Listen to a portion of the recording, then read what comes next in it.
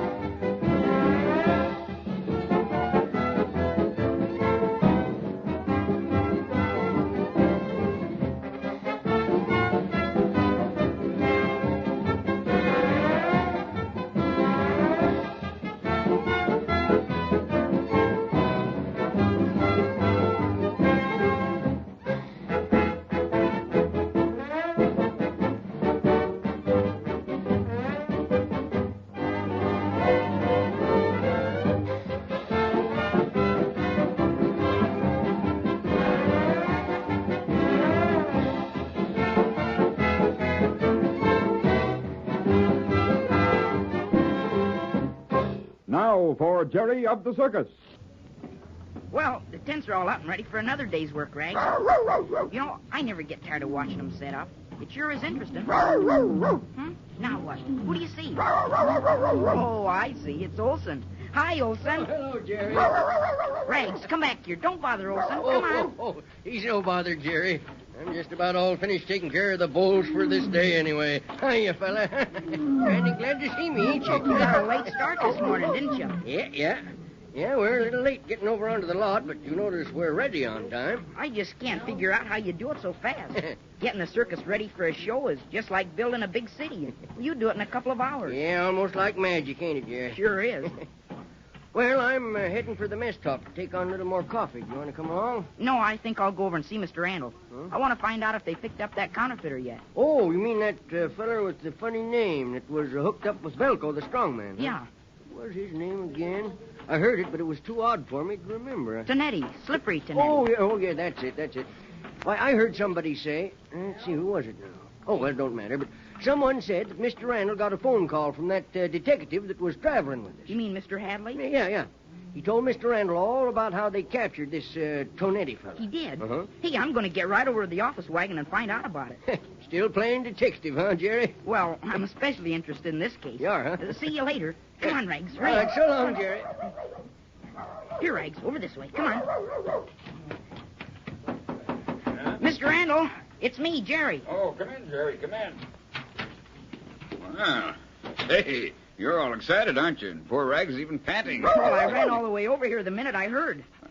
Heard what, Jerry? Well, Olson just said you got a phone call from Mr. Hadley. Oh, that. Yes, I did. Well, I wanted to hear all about it. All right, sit down, Jerry. Okay. Lay down there, Rags. Poor Rags is puffing like a steam engine. Oh, he'll get his breath in a minute. Tell me, did they get Tonetti? Yes, sir. Picked him up at the post office in Silver Springs when he called for that package of counterfeit money. And what else? Well, Jerry, it seems they questioned Belko quite a bit and got him to talk. I didn't think he'd be hard to handle. Well, what did he say? Did he tell the truth, and did he say that Spike didn't have anything to do with him or Tonetti? Well, you know, of course, that Mr. Hadley thinks that Spike was mixed up with him. Yeah, I know he does, but I don't. Mm-hmm. Tell me, what Belko said. Well, I guess I'll have to break down and admit that you were right again. What do you mean? Although I was inclined to agree with you right along. Yeah? Well, Belko admitted that he planted that counterfeit money in Spike's mattress. He did? Uh-huh. And he also admitted giving Spike a bad $10 bill for the work he did on his trunk. That's the bill he spent for the new clothes he got. Yeah. Can you imagine anyone being so mean as to do a thing like that? Well, there's all sorts of people in this world, Jerry. Yeah, I guess so, but now Spike will go free, won't he? Oh, yes. Hadley tells me he should be free of all charges in a few days. You think he'll join up with the circus again? Well, I told Hadley to tell him that he could go right back to work for me. Oh, that's keen. I should think he'd stay away from the circus, though. Why? Well, it's sort of a jinx for him. A jinx? Yeah. Seems like it's bad luck for Spike. This is the second time he's been picked up by the police since he's been with the circus. I guess that's right. Oh, but I think he'll be back. Well, let's hope so. And let's hope he doesn't get into any more trouble. Oh, it wasn't his fault. No, it wasn't. Just his tough luck. I sure feel good now. Lucky I spotted Tonetti with Belko the other night, wasn't it? You bet it was. Yeah, for all concerned. Well, I guess that's all there is to talk about, so maybe I'd better get over to the horse stop and see if I can help Whitey. Yes. It is Nicholas Rusoff, Mr. Randall. Oh, come in, Nick. Stop it, Rags. You know Nicholas. Good morning, Nick. Good morning, Mr. Randall. Jerry? Good morning. Well, what's on your mind, Nick? Well, Mr. Randall, you know I do not like for to complain, but my sister Olga, she tell me I have to see you. Yeah, what about? Or should I say, what about this time? Well, it is the horses again, our horses. Oh, yes. Olga say they do not get attention. Just because we own our own horses, you know, it is in our contract that they should have the best of care. Yes, that's right. Well, what seems to be the trouble? Well, Olga say they do not get enough feed. Our horses do not get as much as the other horses. Oh, but that's not so. Whitey likes those Arabian horses of yours and always gives them special attention. Just a minute, Jerry. Oh, I'm sorry. Let me ask you this, Nick. Have you seen any mistreatment of your horses? Well, I don't think so, but my sister Olga, she says that... Yes, I know, Nick.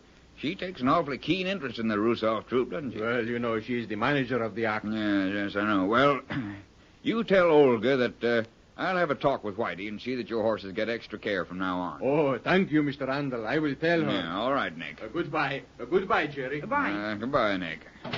I'm sorry what I said, but, well, I couldn't help it.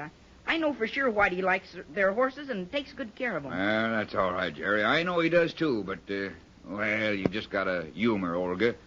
This is nothing new. She sends one of the brothers over to me every once in a while with some silly little complaint. Oh, I didn't know that. Yeah, sure. Olga just wants to show her authority, that's all. So the best thing to do is to say, yes, we'll take care of it, whatever it is. Dad used to call people like her troublemakers. Yeah, that's just about the right name for Olga.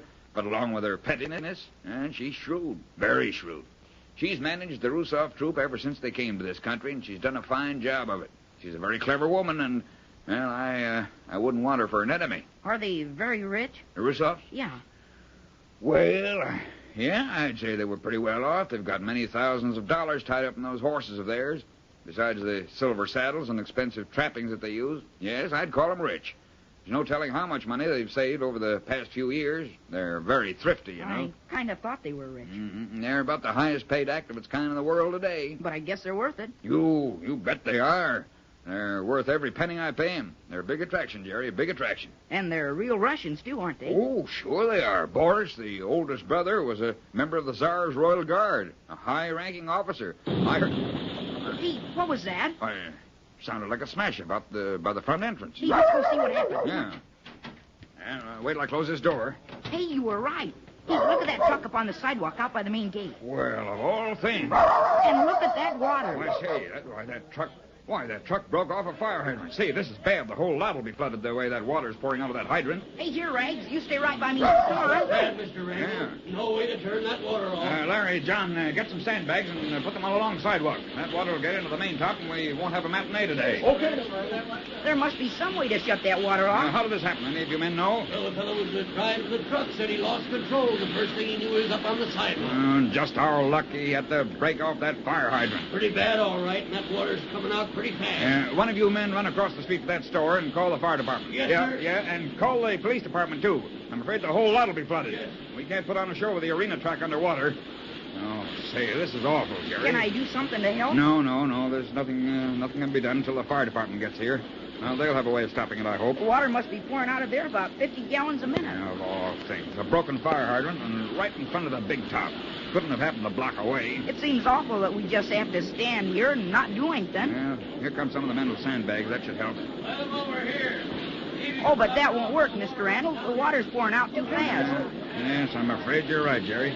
Just look at that midway. 2 inches of mud on it already. How will the folks get through that to get in to see the show? Well, I'm not so much worried about that as I am about whether or not we'll have a show.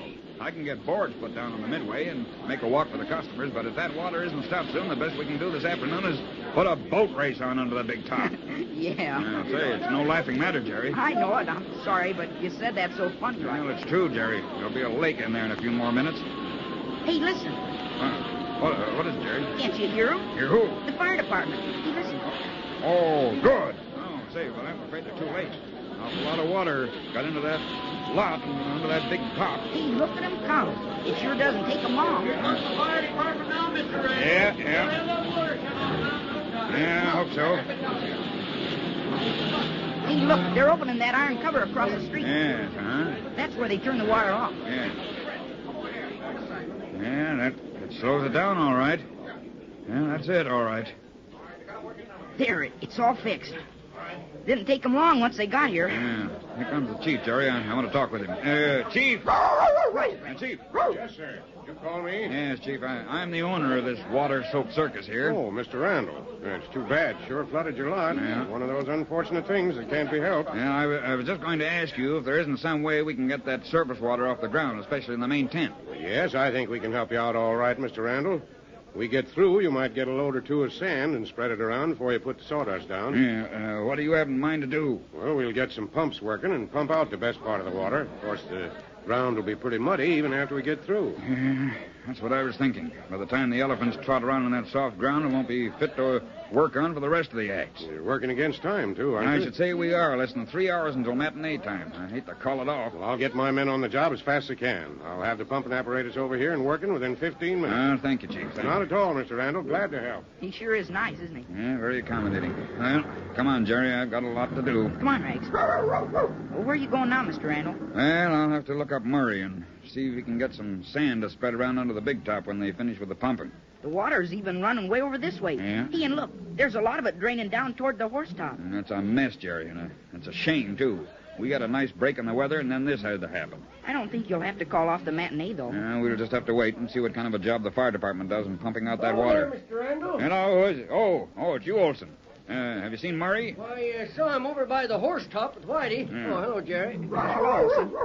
It's a fine puddle we've got under the big top. Mm-hmm. Yeah, the fire department is going to pump out the surplus water. Yeah, but the fire chief advised me to getting some sand to absorb whatever is left that the pumps can't draw off. Oh, sand, huh? Yeah. Say, Olson, run over and tell Murray to have his men spread it around before the matinee, will you? Okay, Mr. Randall. And, we'll have to get a lot of extra sawdust and get that down, too. Yes, I know. It's a whale of a job. Yeah, but I don't want to postpone this matinee if I can help it. Olson, you run over and tell Murray that it's all up to him.